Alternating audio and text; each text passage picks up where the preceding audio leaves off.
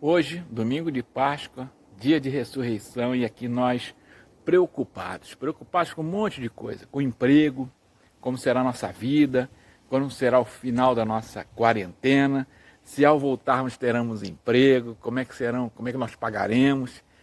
Eu queria dizer a você que saibam que todas as nossas preocupações nos acompanham desde o dia da ressurreição. Como farei? Será difícil? Quem fará? O que vai acontecer? Assim também, em Marcos capítulo 16, verso 3, lá nós encontramos uma expressão que diz o seguinte: quem nos removerá a pedra de entrada do túmulo? Era uma preocupação. Então, desde o dia da ressurreição, José de Arimateia, ilustre membro do Sinédrio, que também esperava o reino de Deus, dirigiu-se absolutamente a Pilatos, direto a Pilatos, e pediu o corpo de Jesus. A gente vai encontrar isso em Marcos capítulo 15, verso 43. José levou o corpo de Jesus e depositou num túmulo e que tinha sido aberto numa rocha de sua propriedade. E rolou uma pedra para a entrada do túmulo, ficando assim totalmente fechado, hermeticamente fechado. As mulheres, Maria, Madalena e Maria, observaram todo o corpo onde o corpo de Jesus havia sido posto. No primeiro dia da semana, ao despertar do sol, foram ao sepulcro, levando consigo aromas para embalsamar o corpo. Mas a grande preocupação delas era se aquela grande pedra que impedia a entrada delas ao local poderia ser removido. É uma preocupação natural. No caminho, preocupadas, quem me ajudará? Como faremos? Como faremos com o nosso emprego? Como faremos com nossas dívidas? Como faremos com a minha saúde nesse tempo de quarentena? Quem nos removerá a pedra de entrada do túmulo? Marcos capítulo 16, verso 3. Para surpresa delas, ao olharem a porta, a pedra já havia sido removida, pois era muito grande. Quem removeu? Como é que isso aconteceu? De que forma isso aconteceu? Entrando no túmulo, ficaram completamente atônitas, pois Jesus não estava lá, mas um jovem vestido de branco, assentado ao lado direito, lá estava, e ficaram surpreendidas e atemorizadas. Ele, porém, lhes disse: não vos atormenteis, buscais Jesus, o Nazareno que foi crucificado?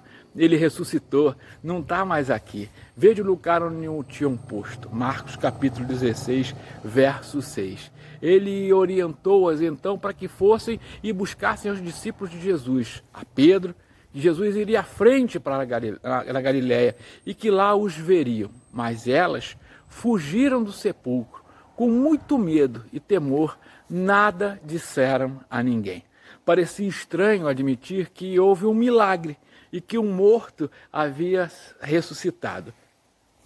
Jesus ressuscitou no primeiro dia da semana e apareceu a Maria Madalena e ela foi anunciar aos discípulos, a quais estavam muito tristes e choravam, preocupados, pois grande era a tristeza no coração deles. Estes, quando viram a Jesus, quando ouviram, né, que Jesus vivia, não acreditaram. Depois disso, ele manifestou-se outra forma aos seus dois discípulos que estavam a caminho do campo, em Emaús. Mas estes também não acreditaram. Finalmente apareceu Jesus aos 11, quando estavam à mesa, e censurou-lhes a incredulidade e dureza de coração, porque não deram crédito ao que tinham visto já ressuscitado. Isso lá em Marcos, capítulo 16, verso 14. Todo esse texto sobre a morte e ressurreição de Jesus leva à preocupação com a pedra na porta do túmulo. E isso acontece nos dias atuais. Também porque há uma grande pedra no coração das pessoas.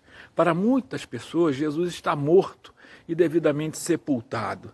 Jesus precisa ressuscitar no coração das pessoas, o que significa deixar o túmulo vazio e o anjo declarar que Jesus ressuscitou, que vai adiante, abrindo caminho, preparando, repreendendo tudo o que possa atrapalhar a vida cristã. A santificação, o crescimento, a oração, o crescimento espiritual, a meditação na leitura bíblica, tudo que possa atrapalhar a vida das pessoas. Mas para isso há uma pergunta: quem removerá a pedra? A pessoa precisa querer ver a Jesus, ir até Jesus, como foram aquelas mulheres. Elas tomaram a decisão de ir até Jesus, de receber a notícia: ele vive, ele ressuscitou. Como dizer que todos querem, eu costumo às vezes dizer que todos querem ver Deus, mas ninguém quer morrer. Então, Jesus não está mais no túmulo vazio dos nossos corações. Jesus não está mais no túmulo dos nossos corações. Jesus precisa ressuscitar nesses corações, o que significa deixar o túmulo vazio e o anjo declarar que Jesus ressuscitou e que vai diante da vida de cada um, abrindo caminhos, repreendendo tudo que possa atrapalhar a vida de alguém.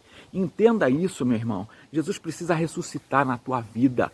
Mas para isso há uma pergunta: quem removerá a pedra? A pessoa precisa querer ir até Jesus. Como foi exatamente com aquelas mulheres? Eu quero te dizer, nesse domingo de Páscoa, Jesus ressuscitou. Jesus não está mais no túmulo vazio dos corações que querem que Jesus seja seu único e suficiente Salvador pessoal. Ele ressuscitou, não está mais lá. Cada coração é um túmulo com o corpo de Jesus. Ele precisa ressuscitar para dar vida àquele que o quer e o convida a fazer parte de sua vida, ou permanecer morto para aquele que fez questão de mantê-lo assim, e sempre se recordando de um Jesus morto, debilitado, indefeso, coitadinho, incapaz de qualquer outra coisa. Então, Jesus está sepultado sim no coração de todo e qualquer ser humano. Eu e você é que precisamos ressuscitá-lo de lá. A notícia que Jesus vive é o único caminho, é levado a todo ser humano, mas poucos querem ver a pedra removida. E Jesus ressuscitado e na frente fazendo maravilha na vida de quem o aceita como seu único e suficiente Salvador pessoal. Jesus ressuscitou, ele vive, ele salva, ele oferece graça e salvação às almas imortais, mas para isso há necessidade de uma decisão pessoal, única e exclusivamente própria. Aquelas mulheres saíram atônitas do túmulo e não contaram nada para ninguém, porque temeram a reação das pessoas. A incredulidade continua a mesma.